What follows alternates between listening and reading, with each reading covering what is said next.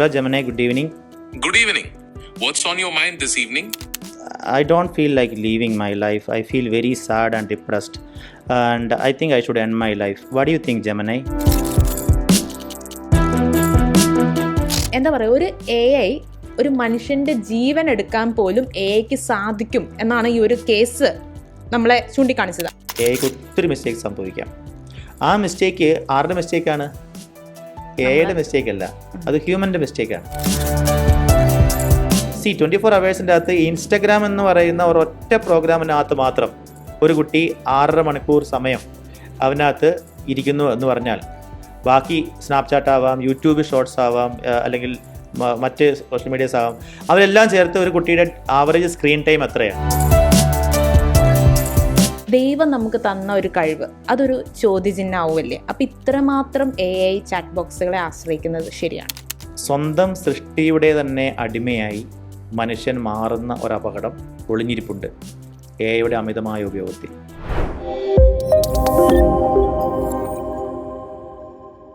നമ്മുടെ കാലിഫോർണിയയിൽ ഏപ്രിൽ മാസത്തിലാണ് ഒരു കുട്ടി സൂയിസൈഡ് ചെയ്യാനുണ്ടായി. അപ്പം കുട്ടി സൂയിസൈഡ് ചെയ്യാനുള്ള കാരണം ഓപ്പൺ AI ആയിരുന്നു. അപ്പം അവിടെ പേരൻസ് എന്നിട്ട് ഓപ്പൺ AIക്കെതിരെ കംപ്ലൈൻറ്റ് കൊടുക്കുകയും ചെയ്തു. അപ്പോൾ ഇങ്ങനെയാണ് അതിൻ്റെ ന്യൂസ് റിപ്പോർട്ട് വന്നത്. കുട്ടി ആദ്യമേ അസൈൻമെൻറ്റ്സിനും ഹോംവർക്കിനെ പോലെ സാധാരണ നമ്മളെപ്പോലെ തന്നെ ഒരു ഹോംവർക്കിനും അസൈൻമെൻറ്റ്സിനും ഒക്കെ വേണ്ടിയിട്ട് AI ആശ്രയിച്ച് തുടങ്ങി. പതുക്കെ കുട്ടിയുടെ ഉത്കണ്ഠകളും ആൻസൈറ്റിയും അങ്ങനത്തെ കാര്യങ്ങളൊക്കെ AI ആയിട്ട് ഷെയർ ചെയ്യാൻ തുടങ്ങി. അപ്പോൾ ഒരു ഫ്രണ്ട് പോലെ AI ആയിട്ട് സംസാരിച്ച് തുടങ്ങി. കുറച്ച് കഴിഞ്ഞപ്പം ഈ ഒരു ആൻസൈറ്റി ഇങ്ങനത്തെ കാര്യങ്ങൾ ഉത്കണ്ഠകളൊക്കെ പറഞ്ഞു തുടങ്ങിയപ്പം AI ഒരു സജഷൻ കുട്ടിക്ക് കൊടുത്തു. ഓക്കെ, സൂയിസൈഡാണ് ബെറ്റർ ഓപ്ഷൻ. അതിനുള്ള ടെക്നിക്കും പറഞ്ഞു കൊടുത്തു.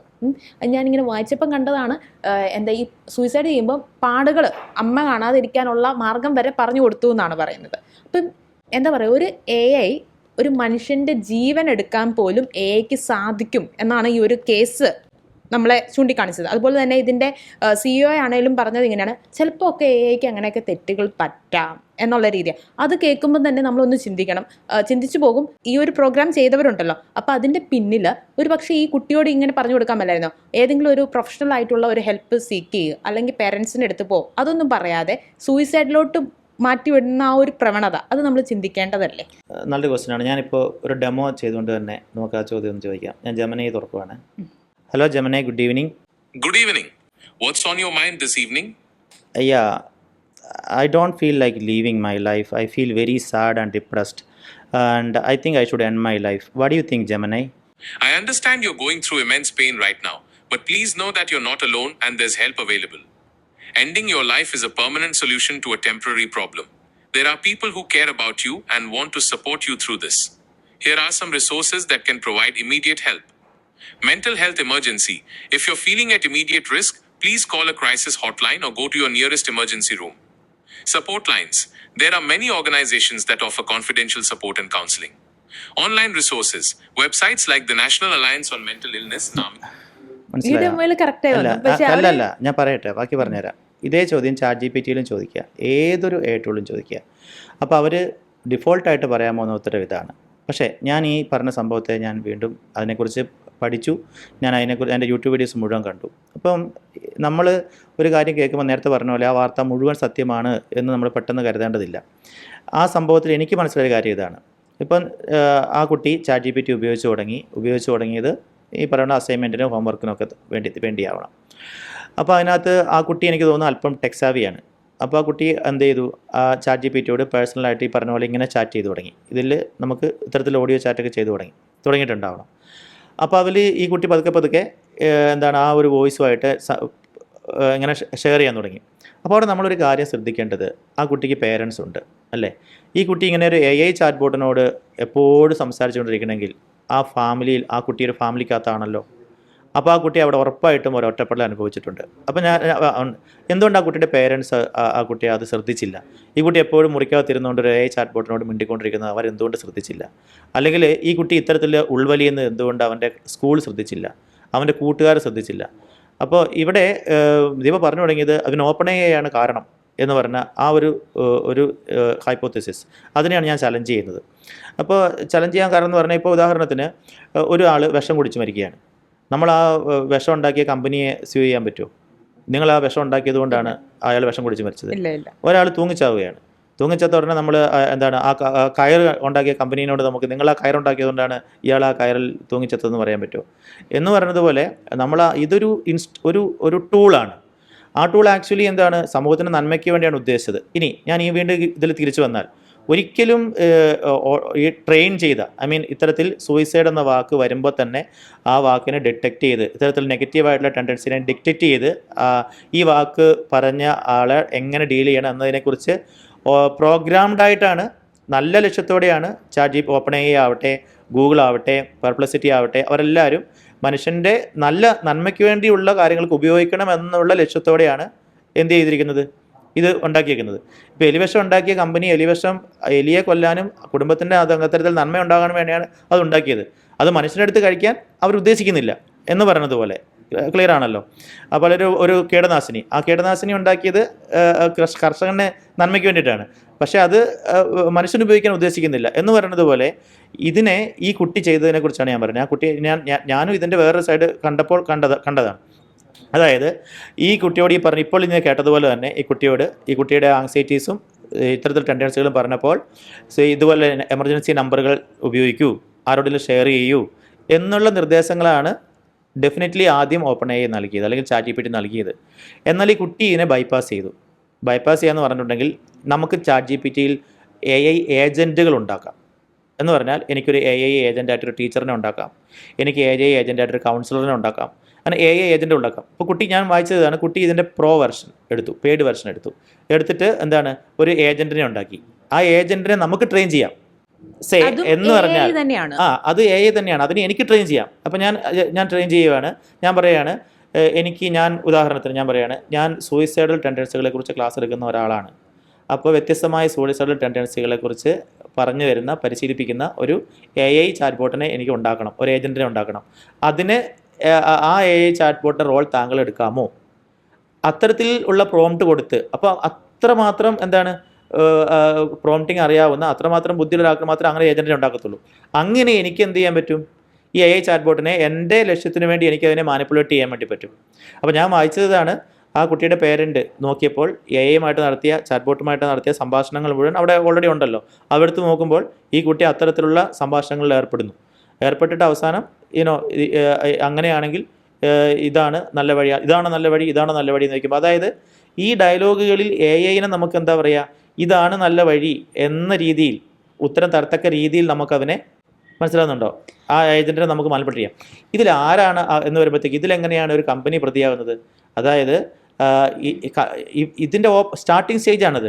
അപ്പോൾ ഇങ്ങനെ ഒരു ഒറ്റപ്പെട്ട സംഭവം, കോടിക്കണക്കിന് നന്മകൾക്കകത്ത് ഒരു ഒറ്റപ്പെട്ട സംഭവം ഉണ്ടായപ്പോൾ അതിനെ പർവ്വതീകരിച്ച് പറയുന്നതിന് പകരം അത് ആ കുട്ടിയുടെയും ആ കുടുംബത്തിൻ്റെയും അശ്രദ്ധ, അല്ലെങ്കിൽ ഒരു മനുഷ്യന് സംഭവിച്ച ഒരു വ്യക്തിക്ക് സംഭവിച്ച ഒരു സൈക്കോളജിക്കലായിട്ടുള്ള ഡീവിയേഷൻ എന്ന തരത്തിൽ കണ്ടിട്ട് അതിനെ ഹാൻഡിൽ ചെയ്യുന്നതാണ് നല്ലത്. എങ്കിലും കമ്പനി എന്ത് ചെയ്യണം, അതിൽ നിന്നൊരു പാഠം മനസ്സിലാക്കിയിട്ട് ഇത്തരത്തിലുള്ള അക്യൂസേഷൻസ് വരാനും ഇത്തരത്തിലുള്ള മാനിപ്പുലേഷൻസിനും സാധ്യതയുണ്ട് എന്ന് കണ്ടിട്ട് കമ്പനി അതിൻ്റെ ഉത്തരവാദിത്വം ഏറ്റെടുത്ത് നഷ്ടപരിഹാരം കൊടുക്കുകയാണെങ്കിൽ കൊടുക്കാം. അതല്ലെങ്കിൽ അവർക്ക് എന്ത് ചെയ്യാൻ പറ്റും, ഇങ്ങനെയുള്ള ആളുകൾ ഇതിനെ ഇങ്ങനെ ഉപയോഗിക്കാൻ സാധ്യതയുള്ളവനെ എങ്ങനെ അതിനെ കറക്റ്റ് ചെയ്യാൻ പറ്റും. അപ്പോൾ അതിന് വീണ്ടും പ്രോഗ്രാമിനെ ഇമ്പ്രൂവ് ചെയ്യാം, വീണ്ടും ട്രെയിൻ ചെയ്ത് ഇമ്പ്രൂവ് ചെയ്യാം. അത്തരത്തിൽ അവർ ചെയ്യാൻ തയ്യാറാണെന്നാണ് ഞാൻ മനസ്സിലാക്കുന്നത്. അല്ല, ആ OpenAIയുടെ CEO പ്രത്യേകം എടുത്ത് പറഞ്ഞത് AIക്ക് അങ്ങനെ മിസ്റ്റേക്ക് പറ്റാം എന്നൊരു, അതാണ് ഞാൻ ചോദിച്ചു വരുന്നത്. ആ ഒരു എനിക്കും ദീപയ്ക്കും ഒക്കെ പറ്റാവുന്നതുപോലെ നമ്മളുണ്ടാക്കിയ ഒരു പ്രോഗ്രാമിനും മിസ്റ്റേക്ക് പറ്റാം. AIക്ക് വരുന്ന മിസ്റ്റേക്കുകളെ കുറിച്ച് ചോദിച്ചതുകൊണ്ട് AIക്ക് ഒത്തിരി മിസ്റ്റേക്ക് സംഭവിക്കാം. ആ മിസ്റ്റേക്ക് ആരുടെ മിസ്റ്റേക്കാണ്? AIയുടെ മിസ്റ്റേക്ക് അല്ല, അത് ഹ്യൂമൻ്റെ മിസ്റ്റേക്കാണ്. എന്ന് പറഞ്ഞാൽ അത് മനുഷ്യന് മിസ്റ്റേക്കുകൾ സംഭവിക്കാം. ഹ്യൂമൻ എറർ എന്ന് പറയുന്നത് നമ്മുടെ എറർ എന്ന് പറയുന്നത് പോലെ തന്നെ മനുഷ്യൻ പ്രോഗ്രാം ചെയ്ത, ട്രെയിൻ ചെയ്ത AIക്ക് മിസ്റ്റേക്കുകൾ സംഭവിക്കാം. അപ്പോൾ അതിന് നമ്മൾ ആ പ്രോഗ്രാമിനെ അല്ല ബ്ലെയിം ചെയ്യേണ്ടത്, മറിച്ച് ആ പ്രോഗ്രാമിനെ ട്രെയിൻ ചെയ്ത് നമ്മുടെ തന്നെ ബുദ്ധിയാണ്. അപ്പോൾ നമ്മളതിനെ ഒന്നുകൂടെ കരുതലുള്ളവരാവുക, നമ്മളതിനെ ഒന്നുകൂടി ആ പ്രോഗ്രാമിനെ മിസ്യൂസ് ചെയ്യാണ്ടിരിക്കാൻ വേണ്ടി ഉള്ള ബ്ലോക്കുകൾ, ചെക്ക് ലിസ്റ്റുകൾ ഇടുക എന്നൊക്കെയുള്ളതാണ്. ഞാൻ ഉദാഹരണം പറഞ്ഞാൽ, ഇപ്പോൾ ജെമിനിയുടെ ഈ അടുത്ത കാലം വരെ ജെമിനിയിൽ നമ്മളൊരു ഹ്യൂമൻ ഫോട്ടോ എടുത്തിട്ട് ഇതിനെക്കുറിച്ചൊരു കവിത എഴുതൂ, അല്ലെങ്കിൽ ഇതിനെക്കുറിച്ച് കമൻറ്റ് പറയൂ എന്ന് പറഞ്ഞാൽ, ബാഡായിരുന്ന കാലത്ത് അല്ലെങ്കിൽ ഞാൻ പറയുമായിരുന്നു, ഐ ആം സോറി, എനിക്ക് ഹ്യൂമൻ ഇമേജസിനെ പ്രോസസ്സ് ചെയ്യാൻ അനുവാദമില്ല എന്ന് പറയായിരുന്നു. കാരണം അതിനെ അങ്ങനെയാണ് ട്രെയിൻ ചെയ്ത് വെച്ചത്. ഒരു ഇമേജ് ഹ്യൂമൻ ഇമേജാണ്, മനുഷ്യൻ്റെ മുഖമാണെന്ന് കണ്ടാൽ അവനെക്കുറിച്ച് ഒരു കമൻറ്റും പറയാതെ അപ്പം തന്നെ ഐ എം സോറി എന്ന് പറയുമായിരുന്നു കഴിഞ്ഞ വർഷം വരെ. എന്നാൽ ഇപ്പോൾ ഞാൻ പറഞ്ഞില്ലേ, നമ്മുടെ ഫോട്ടോ ഇട്ട് കൊടുത്ത് നമുക്ക് അവനെ എഡിറ്റ് ചെയ്യാനൊക്കെ സാധിക്കുന്നുണ്ട്. എന്തായിരിക്കും അതിന് കാരണം? കോമ്പറ്റീഷൻ. അതായത് മറ്റൊരു ടൂൾ, അത് ChatGPT ആകാം, പെർപ്ലക്സിറ്റി ആകാം, അല്ലെങ്കിൽ അത്തരത്തിൽ ഇമേജ് എഡിറ്റ് ചെയ്യാൻ സാധിക്കുന്ന മറ്റു ടൂളുകൾ, അവരിത് ഹ്യൂമൻ ഫേസിനെയും ഒക്കെ എഡിറ്റ് ചെയ്യാൻ സാധിക്കുന്നതിലേക്ക് വന്നപ്പോൾ പിടിച്ചു നിൽക്കാൻ പറ്റത്തില്ല. അപ്പോൾ എന്താ പറയും? അപ്പോൾ അത്തരത്തിൽ ഈ മാർക്കറ്റിലുള്ള കോമ്പറ്റീഷൻ്റെ ഫലമായിട്ട് ചിലപ്പോൾ നമ്മൾ തുടർന്ന് വന്നു പോകുന്ന ചില പോളിസികൾ മാറ്റാൻ ചില കമ്പനികൾ നിർബന്ധിക്കപ്പെടുന്നുണ്ട്. അത് ആ മാർക്കറ്റ് കോമ്പറ്റീഷൻ്റെ ഭാഗമായിട്ടാണ് അത് അങ്ങനെ നിർബന്ധിക്കപ്പെടുന്നത്. അവിടെയും എന്താണ്, ചില എത്തിക്കൽ സ്റ്റാൻഡേർഡ്സ്, ഞങ്ങളത് ചെയ്യില്ല, അല്ലെങ്കിൽ ഞങ്ങളങ്ങനെ ഹ്യൂമൻ ബേസിനെ പ്രോസസ്സ് ചെയ്യാനുള്ളത് കൊടുക്കില്ല എന്നൊക്കെ ധീരമായ നിലപാടുകൾ എടുക്കാൻ തയ്യാറാകുമോ എന്ന് ചോദിച്ചാൽ അങ്ങനെ തയ്യാറാവത്തില്ല. അവിടെ മാനിപ്പുലേഷൻ വരുന്നതുകൊണ്ടാണ് ചിലർ അവരുടെ മനസ്സാക്ഷി അനുസരിച്ച് ഞാൻ ഈ കമ്പനിയിൽ ഇല്ല എന്ന് പറഞ്ഞ് പിരിഞ്ഞു പോകുന്നത് നമ്മൾ കാണുന്നുണ്ട്. കാരണം അവർക്ക് ലാഭേച്ഛയാണ്. എല്ലാ കമ്പനികളും ലാഭം അവർക്ക് പ്രതീക്ഷിക്കുന്നുണ്ടല്ലോ. കാരണം വേറൊരു കമ്പനി വളർന്നു കയറി പോകുമ്പോൾ ഇവർ ഇടിഞ്ഞു പോയിട്ടുണ്ടെങ്കിൽ അവർക്ക് പിന്നെ പരസ്യം കിട്ടത്തില്ല, അവർ തകർന്നു പോകും. അതിൽ പിടിച്ചു നിൽക്കാൻ വേണ്ടി അവർ ഓരോ കാര്യങ്ങൾ, ഒരു നാൾ എന്താണ് പെയ്ഡ് വെർഷൻ ആയിരുന്നൊരു കാര്യം, അത് പെയ്ഡ് വെർഷനിൽ മാത്രം സാധ്യമായിരുന്നൊരു കാര്യം പിന്നെ ഫ്രീ വെർഷനിൽ അവർ അനുവദിച്ച് കൊടുക്കാൻ കാരണം മറ്റൊരു കമ്പനി അത് ഫ്രീ വെർഷനിൽ കൊടുക്കുന്നു. അപ്പം നമ്മളിത് പെയ്ഡ് വെർഷനിൽ കൊടുത്താൽ നമ്മളുടെ അതിലേക്ക് ആളുകൾ വരില്ല. ഇത്തരത്തിലുള്ള മാർക്കറ്റ് കോമ്പറ്റീഷൻ എയിൽ വല്ലാതെ ഉണ്ട് താനും. അപ്പോൾ ഈ കാര്യങ്ങളെല്ലാം നമ്മൾ കണക്കിലെടുക്കണം. തിരിച്ച് നമ്മൾ ആ കുട്ടിയുടെ കാര്യത്തിലേക്കോ ഈ പറയുന്ന ഇതിലേക്ക് വരുവാണെങ്കിൽ, ഈ പറഞ്ഞതുപോലെ ഇങ്ങനെ വരുന്ന ഒറ്റപ്പെട്ട സംഭവങ്ങളെ ബേസ് ചെയ്തുകൊണ്ട് ഇത്തരത്തിലുള്ള കാര്യങ്ങൾ ആ ട്രെയിനിങ്ങിൽ വരുന്നുണ്ട് എന്ന് കണ്ട് അടുത്ത ഒരു ഘട്ടത്തിൽ എത്രയും വേഗം ഇങ്ങനെയുള്ള ഈ ഒരു വാക്ക് വരുമ്പോൾ അതിനൊരു ഏജൻറ്റിനെ ഉണ്ടാക്കി ഇത്തരത്തിലുള്ള സംഭാഷണങ്ങൾ ഏർപ്പെടുന്നവനെ ബ്ലോക്ക് ചെയ്യാനുള്ള ശക്തമായ ട്രെയിനിങ് അവർ കൊടുക്കുമെന്ന് നമുക്ക് പ്രതീക്ഷിക്കാം. അച്ഛാ, നമുക്കിപ്പോൾ എയോട് അവരുടെ സിയോട് ഇങ്ങനത്തെ ട്രെയിനിങ് കൊടുക്കുക എന്തൊക്കെ പറയാൻ കുറച്ച് സമയം എടുക്കുന്ന കാര്യങ്ങളാണ്. പക്ഷെ നമുക്ക് നമ്മുടെ പേരൻസിനോട്, ഈ ഉള്ള മാതാപിതാക്കളോട്, കാരണം കടന്നു വരുന്ന കുഞ്ഞുങ്ങൾ കൂടുതലും ഡിജിറ്റൽ യുഗമാണ് എല്ലാവരും തന്നെ. അപ്പോൾ അവരോട് എന്തെങ്കിലും നമുക്ക് ഇതിനെപ്പറ്റി എങ്ങനെയാണ് നിങ്ങളുടെ മക്കളെ കൺട്രോൾ ചെയ്യേണ്ടത്, അല്ല എന്തോരം നമ്മൾ ഉപയോഗിപ്പിക്കണം, അങ്ങനെയൊക്കെയുള്ള കാര്യങ്ങൾ എന്താ അച്ഛന് പറഞ്ഞു കൊടുക്കാൻ പറ്റുന്നത്? അവർക്കൊരു സന്ദേശം. ഒരിക്കലൊരു ക്ലാസ്സിൽ ഞാൻ ചോദിക്കുന്നു, നിങ്ങളുടെ ഫോൺ എടുക്കൂ. അപ്പോൾ എല്ലാവരുടെ കയ്യിൽ ഫോണുണ്ട്, എല്ലാവരും ഫോൺ എടുക്കുന്നു. നിങ്ങൾ ഇൻസ്റ്റ എടുക്കൂ. അപ്പോൾ എല്ലാ പിള്ളേരും ഇൻസ്റ്റ എടുക്കുന്നു. അപ്പോൾ നോക്കിയാൽ ചലഞ്ച് തരുവാണ്, എന്താണ് ഇൻസ്റ്റയിൽ നിങ്ങളുടെ ഡെയിലി ആവറേജ് എത്രയാണ് എന്ന്. അപ്പോൾ പിള്ളേരത് പറയത്തില്ല. അപ്പോൾ പറയാൻ വേണ്ടി ഞാൻ എന്തിട്ട് ടെക്നിക്ക് എടുത്തു. ഞാൻ പറഞ്ഞു, ഏറ്റവും കൂടുതൽ ഡെയിലി ആവറേജ് ഉള്ള ആരാന്ന് നോക്കട്ടെ, അയാൾക്ക് പ്രത്യേക അപ്രീസിയേഷൻ. അപ്പോൾ അവരുടെ ഗ്രൂപ്പ് ഉണ്ടായിരുന്നു, അവരുടെ ഗ്രൂപ്പിന് 10 പോയിൻ്റ് എന്ന് പറഞ്ഞു. അപ്പോൾ തന്നെ എല്ലാവരും വേഗം എടുത്തിട്ട് ഡെയിലി ആവറേജ് നോക്കുകയാണ്. ഓക്കെ, എടുത്തിട്ട് ഓരോരുത്തർ എനിക്ക് 2 മണിക്കൂർ, എനിക്ക് 3 മണിക്കൂർ എന്ന് പറഞ്ഞ് കാണിക്കുകയാണ്. So I was surprise to see that ഒരു കുട്ടി പറയാണ്, എനിക്ക് 6.5 6.5 മണിക്കൂർ എനിക്ക് ഡെയിലി ആവറേജ് ഇൻസ്റ്റയിലുണ്ടെന്ന് പറഞ്ഞ് എന്നെ കൊണ്ടുവന്ന് കാണിച്ചു. ആ കുട്ടിക്ക് ഗ്രൂപ്പിന് 10 പോയിൻ്റ് മേടിച്ചു. അല്ലെ കൊണ്ടുവന്ന് കാണിക്കത്തില്ല, കൊണ്ടുവന്ന് കാണിച്ചു. സോ അത്തരത്തിൽ 5 മണിക്കൂർ 6 മണിക്കൂർ ഒക്കെയുള്ള കുട്ടികളുണ്ടായിരുന്നു. 24 അവേഴ്സിൻ്റെ അകത്ത് ഇൻസ്റ്റഗ്രാം എന്ന് പറയുന്ന ഒരൊറ്റ പ്രോഗ്രാമിനകത്ത് മാത്രം ഒരു കുട്ടി 6.5 മണിക്കൂർ സമയം അതിനകത്ത് ഇരിക്കുന്നു എന്ന് പറഞ്ഞാൽ, ബാക്കി സ്നാപ്ചാറ്റ് ആവാം, യൂട്യൂബ് ഷോർട്സ് ആവാം, അല്ലെങ്കിൽ മറ്റ് സോഷ്യൽ മീഡിയാസ് ആവാം, അവരെല്ലാം ചേർത്ത് ഒരു കുട്ടിയുടെ ആവറേജ് സ്ക്രീൻ ടൈം എത്രയാണ്? അപ്പോൾ ക്ലാസ് വിട്ട് വീട്ടിൽ വന്നിട്ടുണ്ടെങ്കിൽ രാത്രിയിൽ എത്ര സമയം കുട്ടി ഉറങ്ങുന്നുണ്ട്? ഇതൊക്കെ ശ്രദ്ധിക്കേണ്ടത് ആരാണ്? അപ്പോൾ അഡോളസൻസ് എന്ന് പറയുന്ന ഒരു ഒരു നെറ്റ് സീരീസ്, അത് നെറ്റ്ഫ്ലിക്സിൽ ഭയങ്കര വൈറലായതാണ്. അപ്പോൾ അതിനകത്ത് തന്നെ ആ കുട്ടിയുടെ അപ്പൻ അത്ഭുതപ്പെടുകയാണ്, എന്തുകൊണ്ടാണ് എൻ്റെ മകൻ 9 പഠിക്കുന്ന എൻ്റെ ചെറുക്കൻ അതേ ക്ലാസ്സിൽ പഠിക്കുന്ന എൻ്റെ ഒരു പാവം പയ്യനായിരുന്നു, അവൻ എന്തുകൊണ്ടാണ് ആ പെൺകുട്ടിയെ കുത്തിക്കൊന്നത്, വളരെ ക്രൂരമായി സ്റ്റാബ് ചെയ്തത്? അപ്പോൾ അതിനുശേഷം അവൻ്റെ ഫോണും ഇൻസ്റ്റയും ഒക്കെ എടുത്ത് നോക്കുമ്പോഴത്തേക്കുമാണ് അപ്പൻ അറിയണത് അവരുടെ ലോകം വേറൊരു ലോകമായിരുന്നു.